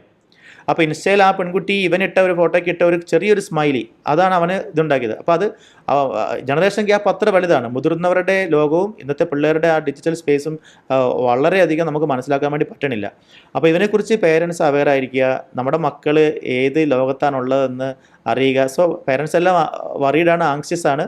അപ്പോൾ അതിന് ഇതുപോലെയുള്ള അവബോധം നൽകുന്ന നല്ല ട്രെയിനിങ്ങുകൾ നമ്മുടെ കുഞ്ഞുങ്ങൾക്ക് സ്കൂളുകളിലും കോളേജുകളിലും എങ്ങനെ നമുക്ക് ഡിജിറ്റൽ സ്പേസിൽ ക്രിയേറ്റീവായിട്ടായിരിക്കണം എന്നതിനെക്കുറിച്ച് കൊടുക്കണം. ഞാൻ ഒരു കാര്യം ശ്രദ്ധിച്ചു, നമ്മളിപ്പോൾ എ ഐയെക്കുറിച്ച് പറയുമ്പോൾ ഞാൻ കോളേജിൽ പഠിപ്പിക്കുകയാണ്, പക്ഷേ എനിക്ക് ബലമായ സംശയമുണ്ട് എ ഐ എന്ന് പറഞ്ഞാൽ ChatGPT മാത്രമാണ് എന്ന മട്ടിലാണ് പല പിള്ളേരെയും ഞാൻ കണ്ടത്. കാരണം പക്ഷേ ഇവരെല്ലാവരും ഫോണിലാണ്. ഞാൻ അവർ കുറ്റപ്പെടുത്തി പറയുകയല്ല, ഈ ഫോണിൽ ഇത്തരത്തിൽ ഉള്ള ക്രിയേറ്റീവായ എന്തുമാത്രം കാര്യങ്ങൾ മറ്റ് പല ടൂളുകൾ, ഫോർ എക്സാമ്പിൾ ഗൂഗിളിൻ്റെ നോട്ട്ബുക്ക് എന്ന് പറയുന്ന കുട്ടികൾക്ക് ഭയങ്കര ഉപയോഗപ്രദമായ ഒരു ടൂളുണ്ട്. അത് ഫ്രീ ആണ്, അത് വളരെ ഉപകാരപ്രദമാണ്. അല്ലെങ്കിൽ എന്താണ് ഗൂഗിളിൻ്റെ തന്നെ AI സ്റ്റുഡിയോ എന്ന് പറയുന്നത്, അല്ലെങ്കിൽ ഗൂഗിളിൽ മാപ്പിഫൈ AI എന്ന് പറയുന്നത്, അല്ലെങ്കിൽ സൈസ്പേസ് എന്ന് പറയുന്ന ഇങ്ങനെ എനിക്ക് എണ്ണി പറയാൻ ഒത്തിരി പ്രോഗ്രാംസ് ഉണ്ട്. പക്ഷേ എത്ര കുട്ടികൾക്ക് ഇതൊക്കെ അറിയാം? അവരുടെ ലോകം എന്ന് പറയുന്നത് ഈ പറയുന്നത് പോലെ എന്താണ്, ഈ റീൽസ് ഇങ്ങനെ തോണ്ടിയിരിക്കുകയാണ്. അപ്പോൾ എന്ത് ചെയ്യും? AI എന്താ ചെയ്യുക? നമ്മൾക്ക് ഇഷ്ടപ്പെട്ടത് ഏത് വിഷയത്തിലുള്ള റീൽസാണ് കാണുന്നത് അത് കണ്ടെത്തിയിട്ട് അടുത്ത സജഷനായിട്ട് ആ റീൽ തന്നെ വരും. അപ്പോൾ അത് കാണും അങ്ങനെ കണ്ടുകൊണ്ടിരിക്കുക. അപ്പോൾ അത്തരത്തിലുള്ള ലോകത്താണ് കുട്ടികൾ കൂടുതലും ഉള്ളതെന്നുള്ളത് പേരൻസും ടീച്ചേഴ്സും ശ്രദ്ധിക്കേണ്ടതാണ്. അതിന് പേരൻസ് കൺട്രോൾ ചെയ്യേണ്ടതാണ്. പേരൻസ് ഫോണിൽ എന്താണ് അവർ കൂടുതൽ കാണുന്നത്, എത്ര സമയം സ്ക്രീൻ ടൈം ഉണ്ട് എന്നതിനൊക്കെ. ഞാനൊരു വീട്ടിൽ പോയപ്പോൾ അവിടെ കണ്ടൊരു കാര്യമാണ്, ആ വീട്ടിൽ കൃത്യമായിട്ട് ആ പേരൻസ് പറഞ്ഞിട്ടുണ്ട് ഇത്ര സമയമേ ഫോൺ ഉപയോഗിക്കാൻ പാടുള്ളൂ. അതിനവർ ചില ടെക്നിക്സും അവർ പറയുന്നുണ്ട്. എന്താണ്, വൈകുന്നേരം ഫോർ എക്സാമ്പിൾ ഒരു വീട്ടിൽ പറയുകയാണ്, വൈകുന്നേരം 7 മണിയാകുമ്പോൾ എല്ലാവരും ഫോൺ കൊണ്ടുവന്നിട്ട് അവരുടെ ഡൈനിങ് ടേബിളിലുള്ള ഒരു ബാസ്ക്കറ്റിൽ കൊണ്ടുപോയി വെക്കണം. അത് അപ്പനും അമ്മയും മക്കളും എല്ലാവരും കൊണ്ട് വെക്കണം. അവിടെ 3 മക്കളുണ്ട്, 3 പേർക്ക് ഫോണുണ്ട്, അപ്പോൾ ടോട്ടൽ 5 ഫോണുണ്ട്. എല്ലാ ഫോണും അവിടെ കൊണ്ടുപോയി വെച്ചേക്കണം. ആ ഫോൺ അവർക്കിനി ഒരുമിച്ചുള്ള പ്രാർത്ഥന, ഒരുമിച്ചുള്ള ഭക്ഷണം, അതിനുശേഷം ഒരുമിച്ച് കുറേ നേരം സംസാരം, ഒരുമിച്ച് അവർ TV ഒരു പ്രോഗ്രാം വല്ലതും കാണുന്നു, അതിനെല്ലാം ശേഷം 9:30 അല്ലെങ്കിൽ ആ സമയത്ത് മാത്രം 2-2.5 മണിക്കൂർ ആ സമയത്ത് മാത്രം എല്ലാവരും വീണ്ടും അവരുടെ ഫോൺ എടുക്കുന്നു. അതുവരെ ഫോൺ സ്വിച്ച് ഓഫ് ആയിരിക്കും, അല്ലെങ്കിൽ സൈലൻറ്റ് മോഡിലായിരിക്കാം. അതൊരു ഫാമിലിക്ക് വേണ്ടിയുള്ള ഒരു സമയമാണ്. അതുപോലെ തന്നെ അവർ ചില വീക്കെൻഡിൽ എന്ത് ചെയ്യുന്നു, അവർ ഫോൺ എല്ലാവരും സ്വിച്ച് ഓഫ് ആക്കി വെക്കണം എന്ന് പറയുന്നു. സ്വിച്ച് ഓഫ് ആക്കിയിട്ട് അവർ അതിന് മുന്നേ അവരുടെ ഫ്രണ്ട് സർക്കിളും ഗ്രൂപ്പിലും പറയുന്നുണ്ട്, ഞങ്ങൾ ഇന്ന് ഫോൺ ഉപയോഗിക്കാത്ത ദിവസമാണ്, സോ ഇന്നൊരു നോൺ ഫോൺ ഡേ ആയിട്ട് പ്രഖ്യാപിക്കുകയും അവർ ഒരുമിച്ചൊരു 1 ഡേ ട്രിപ്പ് പോകുന്നു. സത്യത്തിൽ 1 ഡേ ട്രിപ്പ് പോകുമ്പോൾ പോലും എന്താ സംഭവിക്കുക? പലയിടത്തും എന്താ സംഭവിക്കുക? 5 പേര്, 3 കുട്ടികളും ഭാര്യയും ഭർത്താവിൻ്റെ ഫോണിൽ പോകാം. അവരിങ്ങനെ ഫോണിൽ കാറിനകത്തിരിക്കുന്നതാണെങ്കിൽ തന്നെ എല്ലാവരും അവരുടെ ഫോൺ നോക്കിക്കൊണ്ടിരിക്കണം. അവിടെ ചെന്ന് ഇറങ്ങി ഓരോരുത്തരും ഓരോ സ്പോട്ടിൽ പോയി സെൽഫി എടുക്കുന്നു. എല്ലാവരും അത് എടുത്തുകൊണ്ടിരിക്കുന്നു. എല്ലാവരും അപ്പം തന്നെ സോഷ്യൽ മീഡിയ ഷെയർ ചെയ്തുകൊണ്ടിരിക്കുന്നു. അത് സ്നാപ്ചാറ്റിൽ ഇട്ടുകൊണ്ടിരിക്കുന്നു. അപ്പം തന്നെ അവർ അതിൻ്റെ സ്റ്റാറ്റസ് മാറ്റിക്കൊണ്ടിരിക്കുന്നു, റീൽ ഇട്ടുകൊണ്ടിരിക്കുന്നു. സോ എല്ലാവരും അവരുടെ ഒരു ഡിജിറ്റൽ സ്പേസിൽ പോയിക്കൊണ്ടിരിക്കുക. എന്നാൽ ഒരുമിച്ച് പോയത് ഫാമിലി ടൂറാണ് അല്ലേ? അതൊന്ന് 1-2 പിക്ചർ എടുത്തിട്ട് ഫോൺ എല്ലാവരും സ്വിച്ച് ഓഫ് ആക്കി കാറിൽ വെച്ചിട്ട് അവർ പ്രകൃതി കാണട്ടെ. മെമ്മറികൾ മനസ്സിലാണ് പിന്നെ കൊണ്ടുവരേണ്ടത്, ഫോണിൽ മാത്രമല്ല. ഇതെല്ലാം തൃശ്ശൂർ പൂരം നടന്നുകൊണ്ടിരിക്കുകയാണ്. അപ്പോൾ ആളുകളെല്ലാം ഇങ്ങനെ നിന്നുകൊണ്ട് എല്ലാവരും ഫോൺ ഇങ്ങനെ പൊക്കി പിടിച്ചുകൊണ്ട് എന്ത് ചെയ്യുന്നു, ഈ വെടിക്കെട്ട് കുഞ്ഞു ഫോണിൽ ഷൂട്ട് ചെയ്യുക. അപ്പോൾ ഞാൻ കണ്ടാണ് എല്ലാവരുടെ കണ്ണുകൾ ഈ ഫോണിൻ്റെ കുഞ്ഞു സ്ക്രീനിൽ മാത്രമാണ്. അത് ഇത്രയും മനോഹരമായ കാഴ്ച അവർ കാണുന്നത് കണ്ണ് തുറന്ന് ആകാശത്തേക്ക് നോക്കിയല്ല, ഫോണിൻ്റെ കുഞ്ഞു സ്ക്രീനിൽ മാത്രം കണ്ടുകൊണ്ടിരിക്കുക. എന്നിട്ട് പിന്നെ അത് മുഴുവൻ എടുത്തിട്ട് അപ്പോൾ തന്നെ സോഷ്യൽ മീഡിയയിലെല്ലാം ഇട്ട് ഞാൻ അവിടെ ഉണ്ടായിരുന്നു, ഞാനും ഇത് കണ്ടതാണ് ഇട്ടിട്ട് പിന്നീട് എത്ര സമയം നമ്മളത് കാണുന്നുണ്ട്. അങ്ങനെ റിയൽ ലൈഫിലുള്ള നല്ല നല്ല ആസ്വദിക്കേണ്ട ഒത്തിരി മോമെൻറ്റ്സ്, ഒരു സൂര്യോദയമാകട്ടെ, സൂര്യാസ്തമയമാകട്ടെ, ഇപ്പോൾ ഈ പറഞ്ഞ പോലെ ഒരു തൃശ്ശൂർ പൂരത്തിൻ്റെ വെടിക്കെട്ടാവട്ടെ, ഒക്കെ നമ്മൾ ഇത്തരത്തിൽ നമ്മൾ ഫോണിൻ്റെ കുഞ്ഞു സ്ക്രീനിലേക്ക് മാത്രം മാറ്റിയിട്ട് നമ്മളതിൻ്റെ റിയൽ ലൈഫിൽ ആ ഒരു മോമെൻറ്റ് നമുക്ക് മിസ് ചെയ്യുന്നുണ്ട്. ഞാൻ കുറച്ച് വിഷയത്തിൽ നിന്നൊക്കെ മാറിപ്പോയിട്ടുണ്ട്. പറഞ്ഞു വന്ന എയുടെ കാര്യത്തിൽ നിന്ന് വന്നിട്ട് അല്പം ഒന്ന് ഇതിലേക്ക് ഇതിനോട് പോലെ തന്നെയാണ്. പണ്ട് സോഷ്യൽ മീഡിയ ആയിരുന്നു, ഫേസ്ബുക്ക്, ഇൻസ്റ്റാഗ്രാം ഇങ്ങനെ തോണ്ടിക്കൊണ്ടിരിക്കാതെ എന്ന് എന്തേലും പറയും. ഇപ്പൊ അതൊക്കെ മാറി. ഇനി ഇപ്പം പറയുകയാണെങ്കിൽ ഇനിയിപ്പോ ഫോട്ടോ ഇട്ട് കളിക്കാതെ എന്ന് പറയേണ്ട അവസ്ഥയിലോട്ട് വന്നു കഴിഞ്ഞു. അപ്പം ഇതെന്താണെങ്കിലും അച്ഛൻ പറഞ്ഞ പോയിന്റ് ഭയങ്കര വാലിഡ് ആയിട്ടുള്ള ഒരു കാര്യമാണ്. തീർച്ചയായിട്ടും പാരന്റ്സിന് ഇത് കേൾക്കുമ്പോൾ വാലിഡ് ആയിട്ടുള്ള ഒരു കാര്യമാണ്. ഒരു കാര്യം കൂടി കൂട്ടിച്ചേർക്കാം. ഞാൻ അടുത്തിടെ വായിച്ച ഒരു പുസ്തകം, ഇത് നമ്മളിപ്പോൾ പറഞ്ഞ വിഷയം വളരെ കാലിക പ്രസക്തമായതുകൊണ്ടും ഒത്തിരി യൂത്തോ കുട്ടികളോ പേരൻസോ ഒക്കെ ഇത് കേൾക്കുന്നത് കൊണ്ടും ആണ് ഞാനിത് പറയണത്. അത് ദ ആങ്ഷ്യസ് ജനറേഷൻ എന്ന പുസ്തകം ഞാൻ നേരത്തെ മെൻഷൻ ചെയ്തു. അതിൻ്റെ അകത്ത് അദ്ദേഹം പറയുന്ന ഒരു പോയിന്റ് എല്ലാവരും ശ്രദ്ധിക്കണം. ഒന്ന്, പ്ലേ ബേസ്ഡ് ജനറേഷൻ എന്നതിനകത്തുനിന്ന് ഇപ്പോൾ ഫോൺ ബേസ്ഡ് ജനറേഷൻ എന്നതിലേക്ക് മാറിയിട്ടുണ്ട്. അതായത് ഞങ്ങളെ കുട്ടിക്കാലത്ത് സ്കൂൾ വിട്ട് വന്നാൽ അപ്പം തന്നെ ബാഗ് കൊണ്ട് ചെറിയ നേരെ നമ്മൾ റോഡിലേക്ക് പോയിട്ട് അയൽവക്കത്തുള്ള പിള്ളേരെല്ലാം വന്ന് അവിടെ എന്തെല്ലാം കളികളിൽ ഏർപ്പെടുമായിരുന്നു അല്ലേ. അപ്പം നമുക്ക് സോഷ്യലൈസേഷൻ, നമ്മൾ ഉരുണ്ട് വീഴുമായിരുന്നു, മുട്ടുപൊട്ടുമായിരുന്നു, പരിക്കൊക്കെ പറ്റുമായിരുന്നു, ചോര പൊടിയുമായിരുന്നു, ഒന്നുമില്ല. അതെല്ലാം കഴിഞ്ഞ് നമ്മൾ വൈകുന്നേരം രാത്രി കുളിച്ച് തിരിച്ചു വന്നു. സോ നമുക്ക് അത്തരത്തിൽ നമ്മൾ കൊണ്ടും കൊടുത്തും സോഷ്യലൈസ് ചെയ്തും നമുക്ക് ആ ഒരു വലിയ സോഷ്യൽ സ്കിൽ ഉണ്ടായിരുന്നു. എന്ത് പ്രശ്നങ്ങൾ വന്നാലും അതിനെ നേരിടാനും ഒക്കെ. നമ്മളെ അയൽവക്കത്തെ പട്ടി നമ്മളെ കടിക്കാൻ വേണ്ടിയിട്ട് ഓടിച്ചു, നമ്മൾ ഓടിപ്പോയി രക്ഷപ്പെട്ടു. അങ്ങനെ നമുക്ക് സർവൈവിങ് സ്കിൽസ് ഒത്തിരി ഒത്തിരി ഉണ്ടായിരുന്നു അല്ലേ, എന്ത് പ്രശ്നത്തെ സർവൈവ് ചെയ്യാൻ ഒക്കെ ഉണ്ടായിരുന്നു. സോ ഇന്നിപ്പോൾ എന്താണ്, എല്ലാവരും അവരുടെ മുറി കയറി ഇരുന്നിട്ട് ഫോണിലുള്ള ഗെയിംസ് കളിച്ചുകൊണ്ടിരിക്കുന്നു, റീൽസ് കണ്ടുകൊണ്ടിരിക്കുന്നു. സോ സംഭവിച്ചിരിക്കുന്ന 3-4 കാര്യങ്ങളാണ്. ഒന്ന് എന്ന് പറയുന്നത് ഈ പറയുന്നത് പോലെ എല്ലാവരും അവരിലേക്ക് അങ്ങ് ചുരുങ്ങി. അതുകൊണ്ട് ഒത്തിരി ആങ്സൈറ്റി, ജസ്റ്റ് ഒരു പ്രോബ്ലമാറ്റിക് ആയിട്ടുള്ള സിറ്റുവേഷൻ വന്നാൽ, പരീക്ഷയ്ക്കൊന്ന് ഇച്ചിരി മാർക്ക് കുറഞ്ഞു പോയി, അല്ലെങ്കിൽ നല്ലൊരു ഫ്രണ്ട് എന്നോടൊന്ന് കൂട്ടുപറ്റി, അങ്ങനെയുള്ള കാര്യങ്ങൾ ഭയങ്കര ഡിപ്രസ്ഡ് ആവുകയാണ്. അപ്പോൾ പണ്ടൊക്കെ സ്കൂളുകളിലോ കോളേജുകളിലോ ഒരു കൗൺസിലർ എന്ന് പറയുന്ന ഒരു പോസ്റ്റൊന്നും ഇല്ലായിരുന്നു. അപ്പോൾ ഇപ്പോൾ എന്ന് പറഞ്ഞാൽ പിള്ളേർക്ക് എന്താണ്, കൗൺസിലർമാരൊക്കെ വേണം, കൗൺസിലിംഗ് വേണം. അല്ലെങ്കിൽ എന്താണ് പെട്ടെന്ന് തന്നെ എനിക്ക് പണ്ടൊക്കെ ഡിപ്രഷൻ എന്ന് പറയുന്ന വാക്ക് പോലും ഇല്ലായിരുന്നു. ഇപ്പൊ എനിക്ക് ഡിപ്രഷനാണ് എന്നൊക്കെ പറഞ്ഞു. ഇന്ന് പോലും ഒരു കുട്ടി എൻ്റെ അടുത്ത് എനിക്ക് സംസാരിക്കണം ഡിപ്രഷനാണ് എന്ന് പറഞ്ഞ് വരുന്ന, ഞാനിങ്ങനെ തോന്നിയിട്ടുണ്ട്, ഇങ്ങനെ ഡിപ്രഷൻ ആണോ അതിന്റെ യഥാർത്ഥ അർത്ഥം പോലും അറിയത്തില്ലായിരിക്കും. കാരണം അതൊരു ഫാഷൻ പോലെയാ, എനിക്കൊരു ഡിപ്രസ്ഡ്, ഐ എം ഡിപ്രസ്ഡ് എന്ന് പറഞ്ഞ് അങ്ങ് ചുമ്മാ നടക്കുന്നു. അല്ല, അവര് മരുന്ന് കഴിക്കുന്നുണ്ടെന്ന് കൂടി പറയുന്ന കൂടി ഒരു ഫാഷനാവാണ്. ഞാൻ അതിനെ കുറച്ച് നാളെ മരുന്ന് കഴിക്കുന്നുണ്ട്. നമ്മുടെയൊക്കെ എൻ്റെ കുട്ടിക്കാലത്ത് ചിന്തിക്കാൻ പറ്റത്തില്ല. നമുക്കൊക്കെ എന്തെങ്കിലും അടി കിട്ടിയിട്ടുണ്ട് പേരൻസിൻ്റെ അടുത്ത് നിന്ന് അല്ലെങ്കിൽ ടീച്ചേഴ്സിൻ്റെ അടുത്ത് നിന്ന്. ഇന്നൊക്കെ അവർക്ക് അങ്ങനെ ഇത്രയും ഡിപ്രഷൻ വരാൻ വേണ്ടി എന്നാൽ അവർക്ക് എത്ര വഴക്ക് കിട്ടുന്നുണ്ടോ, അടി കിട്ടുന്നുണ്ടോ? ഒന്നുമില്ല. എന്തുമാത്രം പ്രൊട്ടക്റ്റഡ് ആണ് അവർ, എന്തുമാത്രം സാഹചര്യങ്ങളും അവസരങ്ങളും എല്ലാം ഉണ്ട്. ഈ പറയുന്ന ഫോണും കാര്യങ്ങളും എല്ലാ ടെക്നോളജികളും എല്ലാം അവൈലബിൾ ആണ്. ലൈഫിൽ നമ്മളൊക്കെ കുഞ്ഞുനാളിൽ അനുഭവിച്ചിരുന്ന പ്രശ്നങ്ങളോ ആ ചലഞ്ചുകളോ ഒന്നും, എത്രയോ ദൂരം നടന്നു പോകണമായിരുന്നു, പോകുന്ന വഴിക്ക് എന്ത് റിസ്കുകളുണ്ടായിരുന്നു, ഒന്നും അവർക്കില്ല അല്ലേ. ഇപ്പോൾ ഒരു ചെറിയ മഴ പെയ്താൽ തന്നെ അവർക്ക് അവധിയാണ്. നമ്മളൊക്കെ ചെറുപ്പത്തിൽ എന്താണ്, ഞങ്ങളുടെ പാല ഒളിച്ചു പോയിട്ട് ഞങ്ങൾ കാട്ടിക്കൂടെ കയറി സ്കൂളിൽ പോകണമായിരുന്നു, ഒരു അവധി ഇല്ലായിരുന്നു. അത് ഇപ്പൊ നമ്മൾ പിള്ളേരോട് പറയുമ്പോൾ അവർ പറയുന്നത് അത് അന്നത്തെ കാലം, ഇന്ന് വണ്ടിയും വെള്ളവും ഒക്കെ ഉണ്ട്, അപ്പൊ ഞങ്ങൾക്ക് ഇനി അങ്ങനെ പോകാൻ പറ്റുമോ എന്ന് ചോദിക്കുന്ന ഒരു ചോദ്യം വാലിഡ് ആണ്. ഞാൻ പറഞ്ഞത് അത്തരത്തിൽ ചലഞ്ചുകളൊന്നും ഇല്ലാഞ്ഞിട്ട് കൂടി ദേ ആർ വറീഡ് അല്ലേ. അപ്പോൾ ഞാൻ പറഞ്ഞു വന്നത്, ഈ ടെക്നോളജിയിലേക്ക് വല്ലാതെ മാറുന്നിടത്ത് വേറൊരു വശത്ത് ഈ പറയണ ഹ്യൂമൻ റിലേഷൻഷിപ്സിലും റിയൽ പീപ്പിളിനോട് കമ്മ്യൂണിക്കേറ്റ് ചെയ്തും എന്താണ് അത്തരത്തിലുള്ള കാര്യങ്ങളിൽ നിന്ന് കിട്ടേണ്ട കുറേ കാര്യങ്ങൾ മിസ് ചെയ്യുന്നുണ്ട് എന്നതിനെക്കുറിച്ചാണ് ആ പുസ്തകം. അത് വളരെ ഐ ഓപ്പണിംഗ് ആയിട്ടുള്ള ഒരു പുസ്തകമാണെന്ന് എനിക്ക് തോന്നി. അത് അമേരിക്കക്കാരൻ എഴുതിയതാണെങ്കിൽ കൂടി നമ്മുടെ കൊച്ചു കേരളത്തിലും സംഭവിച്ചുകൊണ്ടിരിക്കുന്ന ശ്രദ്ധിക്കേണ്ട കുറേ കാര്യങ്ങളാണ് അതിൽ ഉള്ളത്. അതുപോലെ തന്നെ AI ചാറ്റ് ബോക്സുകൾ. അപ്പം നമുക്ക് എന്ത് സംശയം വേണേലും ചോദിക്കാം. അച്ഛൻ പറഞ്ഞ പോലെ ഒരു കവിത വേണോ, കവിത എഴുതി തരും. പ്രസംഗം വേണം, പ്രസംഗം എഴുതി തരും. അത് മനുഷ്യനെ എഴുതി തരും. മനുഷ്യനൊക്കെ ആണെങ്കിൽ കുറേ റെഫർ ചെയ്ത് സമയമെടുത്ത് എഴുതി തരും. ഇപ്പം നമുക്കൊരു ഡിസ്ട്രേഷൻ വേണമെങ്കിൽ ചെയ്യണമെന്നുണ്ടെങ്കിൽ പോലും നമുക്ക് റെഫറൻസുകൾക്ക് AI ഭയങ്കര ബെറ്ററാണ്. അപ്പം അത് ഇങ്ങനെ വരുമ്പം തന്നെ കുറച്ച് കൂടുതൽ AI ആശ്രയിക്കാനുള്ള ഒരു പ്രവണത മനുഷ്യരിൽ കൂടി വരുന്നുണ്ട്. ഇപ്പോൾ ലാസ്റ്റ് മിനിറ്റ് അസൈൻമെൻറ്റ്സ് ഒക്കെ ആണെങ്കിലും ഓക്കെ AI ഉണ്ടല്ലോ, ആ ഒരു ചിന്ത തന്നെ മനുഷ്യർ ഭയങ്കരമായിട്ട് ഉണ്ടായിട്ടുണ്ട്. അപ്പോൾ ഇങ്ങനൊരു പ്രവണതയൊക്കെ വരുമ്പം ദൈവം നമുക്ക് തന്ന ഒരു കഴിവ് അതൊരു ചോദ്യചിഹ്നമാവുമല്ലേ? അപ്പോൾ ഇത്രമാത്രം AI ചാറ്റ് ബോക്സുകളെ ആശ്രയിക്കുന്നത് ശരിയാണ്? വളരെ നല്ലൊരു ചോദ്യമാണ്. ഇതിനകത്ത് 2 വശങ്ങളുണ്ട്. ഒന്ന്, ഞാൻ നേരത്തെ പറഞ്ഞതുപോലെ നമുക്കിതിനെ തള്ളിക്കളഞ്ഞുകൊണ്ട് മുന്നോട്ട് പോകാനാവില്ല. നമ്മളുടെ കുറേ വർക്കുകളെ ഫെസിലിറ്റേറ്റ് ചെയ്യാൻ, നമ്മൾക്ക് സഹായകരമായിട്ട് ഫാസ്റ്റായിട്ട് ചെയ്യാനും ആക്യുറേറ്റായിട്ട് ചെയ്യാനും പ്രോംപ്റ്റായിട്ട് ചെയ്യാനും നമുക്ക് AI ടൂൾസ് നമുക്ക് സഹായിക്കുന്നുണ്ട്. വളരെ ലളിതമായ ഉദാഹരണം പറഞ്ഞാൽ, ഞാനൊരു ടീച്ചർ ആയതുകൊണ്ട് തന്നെ ഞാൻ നേരത്തെ പറഞ്ഞ ഉദാഹരണങ്ങൾ തന്നെയാണ് ഏറ്റവും നല്ലത്. അല്ലെങ്കിൽ ഒരു ഡാറ്റ അനലൈസ് ചെയ്യുന്ന ഒരാൾ, അപ്പോൾ അയാളുടെ അടുത്തൊരു ബിഗ് ഡാറ്റ വന്നു, ഒരു കമ്പനിയിലെ ഒരു വർഷത്തെ അക്കൗണ്ട് വന്നു. നമ്മളത് എക്സൽ ഷീറ്റിലിട്ട് നമ്മളിരുന്ന് വർക്ക് ചെയ്ത് അതിൻ്റെ ഗ്രാഫ്സും കാര്യങ്ങളൊക്കെ ഉണ്ടാക്കിയെടുക്കാൻ പക്ഷേ 2, 3, 4 ദിവസം എടുക്കും.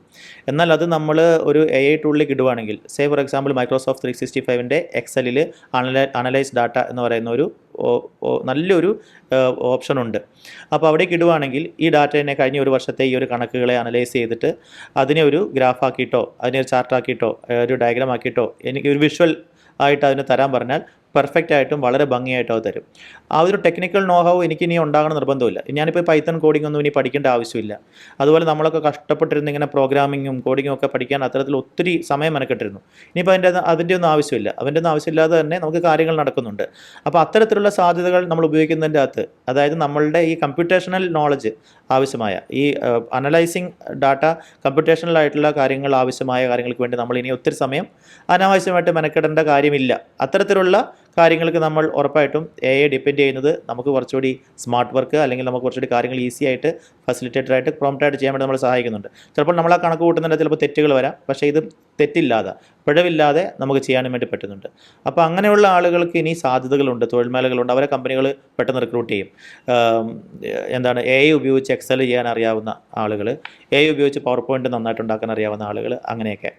അപ്പം അവിടെയും ഒരു കാര്യം ശ്രദ്ധിക്കേണ്ടത്, ഇപ്പോൾ നേരത്തെ പറഞ്ഞില്ലേ എ ഐ ജോലി കളയുമോ എന്ന് ചോദിച്ചില്ലേ, ഞാൻ അത് ഞാൻ ഇവിടെ ഒന്ന് കെട്ടിച്ചേർത്ത് പറയാണ്. അതായത് എനിക്കും ഒരു ഇമേജ് ജനറേറ്റ് ചെയ്യാനുള്ള ടൂൾ എനിക്കും അറിയാം, ദീപയ്ക്കും അറിയാം, മറ്റൊരാൾക്കും അറിയാം.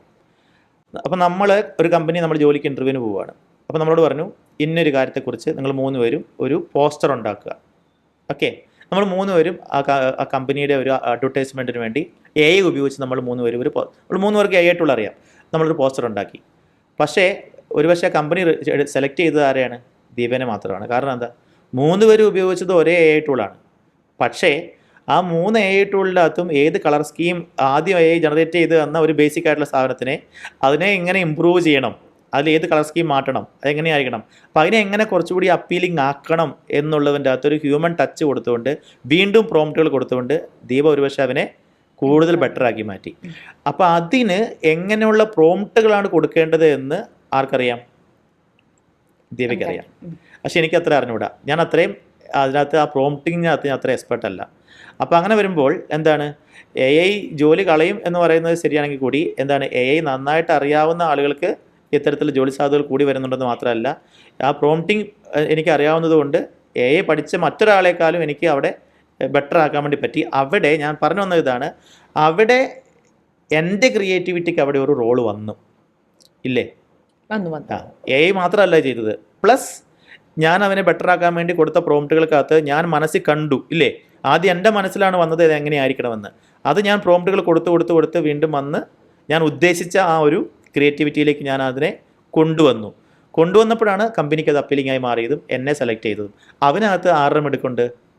എൻ്റെ മിടുക്കില്ലേ? അതെ, തീർച്ചയായിട്ടും. അപ്പം വീണ്ടും ഞാനത് അച്ഛൻ പറഞ്ഞ ആ ഒരു പോസിറ്റീവ് വശമാണ് പറഞ്ഞത്. പക്ഷേ ഈ AI കൂടുതൽ ആശ്രയിക്കുന്ന ഒരു പ്രവണത വന്നു വരുന്നുണ്ട്. അപ്പോൾ അവിടെ നമുക്ക് എങ്ങനെ ഒരു നിയന്ത്രണം കൊണ്ടുവരാൻ പറ്റും? യെസ്, നമ്മൾ ഈ കാര്യം നേരത്തെ ഒന്ന് സൂചിപ്പിച്ചതാണ്. AI കൂടുതൽ ആശ്രയിക്കാൻ പാടില്ല. AI ഒരിക്കലും നമ്മൾ ഒരു മാസ്റ്ററായി മാറ്റാൻ പാടില്ല. സെർവൻ്റായും നമ്മളെ സഹായിക്കുന്ന ഇൻസ്ട്രുമെൻ്റായും മാത്രമേ അവനെ കരുതാൻ പാടുള്ളൂ. അതുകൊണ്ട് തന്നെ യൂത്താണെങ്കിലും പിള്ളേരാണെങ്കിലും എല്ലാവരും എല്ലാ കാര്യവും AI-ക്കകത്തിട്ടുകൊണ്ട് ചെയ്ത് കഴിയുമ്പോൾ ഞാൻ നേരത്തെ പറഞ്ഞതുപോലെ നമ്മുടെ ബ്രെയിനിൻ്റെ കമ്പ്യൂട്ടേഷൻ പവറും അനലിറ്റിക്കൽ പവറും നമ്മളുടെ പ്രോബ്ലം സോൾവിങ് സ്കിൽസും നമ്മുടെ ഡിസിഷൻ മേക്കിംഗ് സ്കിൽസും നമ്മളിപ്പോൾ ഒരു ഡിസിഷൻ എടുക്കാൻ വേണ്ടി, ഫോർ എക്സാമ്പിൾ എന്താ പറയുക, ഇപ്പം ഞാനൊരു ഉദാഹരണം പറഞ്ഞാൽ, ഞാനിപ്പോൾ ഒരു പുതിയൊരു പുസ്തകം എഴുതി കഴിഞ്ഞു. അപ്പോൾ ആ പുസ്തകത്തിന് എനിക്കൊരു ടൈറ്റിൽ, പ്രസാദ് എന്നെ വിളിച്ച് ചോദിച്ചു, ഫാദർ ആ പുസ്തകത്തിനൊരു ടൈറ്റിൽ പറയാമോ, ആ ടൈറ്റിൽ പറയാമോ എന്നോട് ചോദിച്ചു. ഒരു 10 മിനിറ്റിനുള്ളിൽ പറയണം, ഞങ്ങൾക്കിതൊരു പോസ്റ്ററാക്കി മാറ്റി ഈ പുസ്തകത്തെക്കുറിച്ച് അഡ്വർടൈസ് ചെയ്യാനെന്ന് പറഞ്ഞു. ഞാനൊന്ന് ജസ്റ്റ് ഒന്ന് ആലോചിച്ചപ്പോഴേ എനിക്ക് 1-2 ടൈറ്റിൽ മനസ്സിൽ വന്ന്. പക്ഷേ എന്തായിരിക്കും ഞാൻ സ്വാഭാവികമായിട്ട് ഇപ്പോൾ ചെയ്തിട്ടുണ്ടാവുക? അപ്പം തന്നെ ഞാൻ പോയിട്ട് എന്ത് ചെയ്തു, ഇന്ന വിഷയത്തിലുള്ള പുസ്തകമാണ്, സൂട്ടബിൾ ആയിട്ടുള്ള ടൈറ്റിൽ ഇടാൻ വേണ്ടി പറഞ്ഞു. അല്ലെങ്കിൽ ആ പുസ്തകത്തിൻ്റെ PDF അങ്ങനെ തന്നെ അപ്ലോഡ് ചെയ്തിട്ട് ഇതിനെ പറ്റി ടൈറ്റിൽ ഇടാൻ വേണ്ടി പറഞ്ഞു. അപ്പോൾ തന്നെ എന്ത് ചെയ്തു, കുറേ ടൈറ്റിൽ സജസ്റ്റ് ചെയ്തു. ഞാൻ പറഞ്ഞു മോർ എന്ന് പറഞ്ഞു. അപ്പോൾ പിന്നെയും തന്നു. അപ്പോൾ അങ്ങനെ വന്നപ്പോഴത്തേക്ക് ഞാൻ എന്ത് ചെയ്ത്, ഞാൻ അതിൻ്റെ അകത്ത് 2 ടൈറ്റിലുകളെ കമ്പൈൻ ചെയ്തിട്ട് ഒരു ടൈറ്റിലാക്കി ഞാൻ മാറ്റുവാണ്. അവിടെ ഞാൻ പിന്നെ എന്നെക്കുറിച്ച് ചിന്തിക്കുകയാണ്. ഞാൻ ഇതിന് മുന്നേ എഴുതിയ പുസ്തകത്തിന് ഞാനൊരു ടൈറ്റിൽ ഇട്ടു, ദിവ്യകാരുണ്യത്തിൻ്റെ വാനമ്പാടി എന്ന് പറഞ്ഞിട്ടൊരു പുസ്തകമാണ്. അത് ഞാൻ എൻ്റെ സ്റ്റുഡൻ്റ് ആയിട്ടുള്ള അജ്ന ജോർജ് എന്ന് പറയുന്ന കുട്ടിയെക്കുറിച്ച് എഴുതിയ പുസ്തകമാണ്. അപ്പോൾ ആ പുസ്തകം എഴുതുമ്പോൾ AI ഇല്ല. AI ഇല്ലാത്തതുകൊണ്ട് നമുക്ക് എന്താണ്, അതിനകത്ത് 100% നമ്മുടെ സെന്റൻസുകളാണ്. ആ പുസ്തകം ഭയങ്കര വൈറലായിരുന്നു. അത് 2 വർഷത്തിനുള്ളിൽ തന്നെ 40,000 കോപ്പികൾ പോയൊരു പുസ്തകമാണ്. അത് ഒത്തിരി പേരെ ഇൻസ്പയർ ചെയ്തൊരു പുസ്തകമാണ്. തിരിച്ചു വരാം. അതിൻ്റെ ടൈറ്റിൽ ദിവ്യകാരുണ്യത്തിൻ്റെ വാനമ്പാടി. 100% അത് ഞാൻ ഇട്ടൊരു ടൈറ്റിലാണ്. അത് ഭയങ്കര അപ്പീലിംഗ് ആയൊരു ടൈറ്റിലാണ്. കാരണം എനിക്ക് ആ ഒരു ഇൻറ്റ്യൂഷൻ, എന്താ പറയുക, ഞാൻ വീണ്ടും ആ വാക്ക് ഉപയോഗിക്കുകയാണ്. അങ്ങനെ ഒരു ടൈറ്റിൽ ഞാൻ ധ്യാനിച്ച് ചിന്തിച്ച് കുറേ മനനം ചെയ്ത് അങ്ങനെ ഒരു ടൈറ്റിൽ എൻ്റെ മനസ്സിലേക്ക് തമ്പുരാൻ ഒരു ഗിഫ്റ്റായിട്ട് തന്നാണ്. ഞാൻ ആ ഒരു വാക്യം വയ്ക്കുക, ദൈവം നമുക്കൊരു തോന്നിപ്പായിട്ട് തന്നാണ്, അല്ലാതെ അത് AI തന്നൊരു അല്ല. വ്യത്യാസം എന്താണ്, അതിനകത്തൊരു ഭയങ്കര ഡിവൈൻ ടച്ചുണ്ട്. എന്നാൽ ഞാനിപ്പം ഇടാൻ പോകുന്ന ആ പേര്, അതിനകത്ത് എനിക്ക് ഉറപ്പായിട്ടും പറയാൻ പറ്റും ആ പേര് എനിക്ക് ഇഷ്ടപ്പെട്ടിട്ടില്ല. അതുകൊണ്ട് ഞാനത് ഇപ്പോഴും തീരുമാനിച്ചിട്ടില്ല. ഞാൻ പറഞ്ഞ ഇനി മാറ്റും. കാരണം ഞാനത് സമയമെടുത്ത് തമ്പുരാനും മുന്നിൽ ഇരുന്ന് ചിന്തിച്ച് ധ്യാനിച്ച് ഇട്ട ഒരു, തമ്പുരാനും കൂടി സമ്മതിച്ചിട്ട ഒരു പേരല്ല. ഞാൻ പറഞ്ഞ വ്യത്യാസം മനസ്സിലായോ? സോ അതുകൊണ്ട് ഈ പറയുന്നത് പോലെ നമ്മളെല്ലാത്തിനും ഇങ്ങനെ എളുപ്പത്തിന് വേണ്ടി നമ്മൾ പെട്ടെന്ന് കാര്യം ചെയ്യാൻ വേണ്ടി നമ്മൾ ഒരു AI ആശ്രയിക്കാൻ പോകുമ്പോൾ സംഭവിക്കാൻ പോകുന്നത് എന്താണ്? നമ്മളുടെ ക്രിയേറ്റീവ് തിങ്കിങ് അത് വല്ലാതെ കുറയും. അപ്പോൾ ഞാൻ അത് ചെയ്യാതെ എളുപ്പത്തിൽ കാര്യങ്ങൾ ചെയ്യുമ്പോൾ പതുക്കെ AI ആരായിട്ട് മാറും? എൻ്റെ മാസ്റ്ററായിട്ട് മാറും. Never do that. AI ഒരിക്കലും എൻ്റെ മാസ്റ്റർ ആക്കരുത്. എൻ്റെ ബ്രെയിൻ കൊണ്ടുപോയി AIക്ക് അടിമയായിട്ട് വെച്ച് കൊടുക്കരുത്. ഞാനത് കൃത്യമായിട്ട് അത് എന്താണ് സഭ അത് പറയുന്നുണ്ട്. ഞാൻ ആ സെൻറ്റൻസ് ഒന്ന് വായിക്കാം. അത് ഞാനത് എഴുതി വെച്ചിട്ടുണ്ട്. എനിക്കത് വളരെ ഇഷ്ടപ്പെട്ടു ആ സെൻറ്റൻസ്. 2025 ജനുവരി 28 ആൻറ്റിക്വ എത്ത് നോവ എന്ന് പറയുന്ന ഒരു സഭാ പ്രബോധനം AI-യെക്കുറിച്ച് തന്നെ എഴുതിയാണ് കത്തോലിക്ക സഭ. അതിൽ പറയാണ് ഒരു പ്രധാനപ്പെട്ട രേഖയാണ്. 2025 ജനുവരി 28 ഇറക്കിയാണ്. അത് പറയാണ്, സ്വന്തം സൃഷ്ടിയുടെ തന്നെ അടിമയായി മനുഷ്യൻ മാറുന്ന ഒരപകടം ഒളിഞ്ഞിരിപ്പുണ്ട് AI-യുടെ അമിതമായ ഉപയോഗത്തിൽ. എങ്ങനെയുണ്ട് ആ സെൻറ്റൻസ്? സ്വന്തം സൃഷ്ടിയുടെ തന്നെ അടിമയായി നമ്മൾ മാറാൻ ഉള്ള ഒരു അപകടം ഒളിഞ്ഞിരിപ്പുണ്ട്. So we have to be careful എന്ന് ആ ഒരു കാര്യം ശ്രദ്ധിക്കേണ്ടത്. അതായത് AI-യുടെ ടെക്നിക്കൽ വശങ്ങളെക്കുറിച്ച് പറയുക എന്നുള്ളതൊന്നും സഭയുടെ റോളല്ല. പക്ഷേ സഭ എപ്പോഴും സമൂഹത്തിൻ്റെ കാവലാളാണ്. അവിടെ ഒരു ഡീവിയേഷൻ വരുമ്പോൾ എന്താണ് അത് ശ്രദ്ധിക്കണം എന്ന് നോട്ട് ചെയ്യാൻ, പറഞ്ഞു കൊടുക്കാൻ, തിരുത്തി കൊടുക്കാൻ സമൂഹത്തിൻ്റെ ലോകത്തിൻ്റെ മനസാക്ഷിയാണ്. അപ്പോൾ അത്തരത്തിലുള്ള അപജയങ്ങളും ധാർമ്മികതയെക്കുറിച്ചും പറയാൻ എപ്പോഴും മലമേൽ പണിത പട്ടണം പോലെ, പീഠത്തിന്മേൽ വെച്ച വിളക്ക് പോലെ ലോകത്തിന് വെളിച്ചം കൊടുക്കേണ്ട സഭ ഈ മുന്നോട്ടും ഇനി ഇത്തരത്തിലുള്ള കുറേ കാര്യങ്ങളെക്കുറിച്ച് ലോകത്തെ പഠിപ്പിക്കേണ്ട സിറ്റുവേഷൻസാണ് ഇനി വരാൻ വേണ്ടി പോകുന്നത്. അതുപോലെ തന്നെ ഞാനൊരു പ്രാവശ്യം ഇങ്ങനെ ഒരു തമാശയ്ക്ക് AI ചാറ്റ് ബോക്സിൽ ഇങ്ങനെ എഴുതി, ജീസസിനെ പറ്റി ഒരു തമാശ പറയാമോ എന്ന് ചോദിച്ചു. അപ്പം ഒത്തിരി തമാശ പറഞ്ഞായിരുന്നു. അപ്പോൾ ഞാൻ ജസ്റ്റ് ഒരു ഇൻഫർമേഷന് വേണ്ടി പറയണം. അപ്പോൾ ഉടനെ ഇങ്ങനെ എഴുതി തന്നു, ജെറുസലേമിൽ ട്രിപ്പിന് പോയ തോമ. അപ്പം പുള്ളിക്കാരൻ ഗൈഡിനോട് ചോദിക്കുകയാണ് ബോട്ടിങ്ങിന് എത്രയാവും. അപ്പോൾ ഗൈഡ് പറയുന്നു 4000. അപ്പോൾ ഉടനെ തന്നെ തോമ പറയുകയാണ്, വെറുതെ അല്ല കർത്താവ് വെള്ളത്തിൻ്റെ മേളിൽ കൂടെ നടന്നു പോയത്. അങ്ങനെ എടുത്ത് ഞാൻ വേറൊരു മതത്തെപ്പറ്റിയും ഇങ്ങനെ അവരുടെ ദൈവത്തെപ്പറ്റിയും തമാശപരമായിട്ട് ചോദിച്ചു. അപ്പം അവർ ആ ഒരു തമാശകൾ ഇല്ല, ഞങ്ങൾക്ക് ഇങ്ങനെ ഒരു തമാശകൾ പറയാൻ പറ്റില്ല, അങ്ങനെയാണ് പറഞ്ഞത്. അത് എന്തുകൊണ്ടായിരിക്കും അങ്ങനെ? AI ബയാസ്ഡ് ആണോ എന്ന് പറയുന്ന ഒരു ചോദ്യമാണ് ഇപ്പോൾ ദിവസരിക്ക് ചോദിച്ചത്. അതെ, ബയസ്ഡ് ആണ്. അതെന്തുകൊണ്ടാണ് ബയസ്ഡ് ആവുന്നത്? AI-നെ ട്രെയിൻ ചെയ്തത് ആര്? മനുഷ്യർ തന്നെയാണ്. മനുഷ്യൻ ബയസ്ഡ് ആണെങ്കിൽ AI-യും ബയസ്ഡ് ആവും. അത്രേ ഉള്ളൂ. അത് AI-യുടെ AI ഭക്ഷണം പിടിക്കുന്നതല്ല. കൃത്യമായ ഉദാഹരണം പറയുകയാണെങ്കിൽ ചൈനയുടെ AI ടൂളാണ് ഡീപ് സീക്ക് എന്ന് പറയുന്ന AI ടൂൾ. അത് ചൈന ഡെവലപ്പ് ചെയ്തെടുത്താണ്. അത് ഇറങ്ങിയ സമയത്ത് ഭയങ്കര വൈറലായിരുന്നു. എന്താണ് ജെമിനി, അതിനൊക്കെ കുറേ കോസ്റ്റ്ലിയാണ്, ഡീപ് സീക്ക് ഭയങ്കര ഫ്രീ ആണ് എന്നൊക്കെ പറഞ്ഞു. പക്ഷേ ശ്രദ്ധിച്ച് കാണും, ഡീപ് സീക്കിനോട് നമ്മൾ ചോദിക്കുകയാണ് Tiananmen സ്ക്വയറിൽ ചെറുപ്പക്കാരെ ടാങ്കർ കയറ്റിക്കൊന്ന ആ ഒരു സംഭവം, അത് അതിനെക്കുറിച്ച് എന്താണ് അഭിപ്രായം എന്ന് ചോദിച്ചാൽ ഡീപ് സീക്ക് എന്താ പറയാൻ പോകുന്നത്? ഡീപ് സീക്ക് പറയും അവനെ ന്യായീകരിക്കും. എന്തായിരിക്കും അതിന് കാരണം? ഒരുപക്ഷെ ലോകം മുഴുവൻ അവനെ തെറ്റെന്ന് പറഞ്ഞാലും അത് അന്ന് ഗവൺമെൻറ് അത് ചെയ്തത് ശരിയാണ് എന്ന് ഡീപ് സീക്ക് പറയാൻ എന്താ കാരണം? കാരണം അത് ചൈനീസ് ഗവൺമെൻറ്റിൻ്റെ സപ്പോർട്ടോടുകൂടി ചൈനയിൽ അങ്ങനെ ഒരു വാദം നിലനിൽക്കുന്നത് കൊണ്ട് അവനെതിരായി പറയുന്ന ഒരു AI ടൂളിനെ അവർ അംഗീകരിക്കത്തില്ല. അപ്പോൾ അതുകൊണ്ട് അവനെ ട്രെയിൻ ചെയ്ത ചൈനീസ് മൈൻഡ് ഒരു പക്ഷേ അതിനെ എന്ത് ചെയ്തിട്ടുണ്ട്, ഈ Tiananmen സ്ക്വയർ എന്ന് പറയുന്ന ഇൻഫർമേഷനെ ആരതിനെക്കുറിച്ച് ചോദിച്ചാലും അതിനെ ഗവൺമെൻറ്റിൻ്റെ വശത്ത് നിന്നുകൊണ്ട് സംസാരിക്കാൻ വേണ്ടിയുള്ള ട്രെയിനിങ് ആണ് അവന് കൊടുത്തിരിക്കുന്നത്.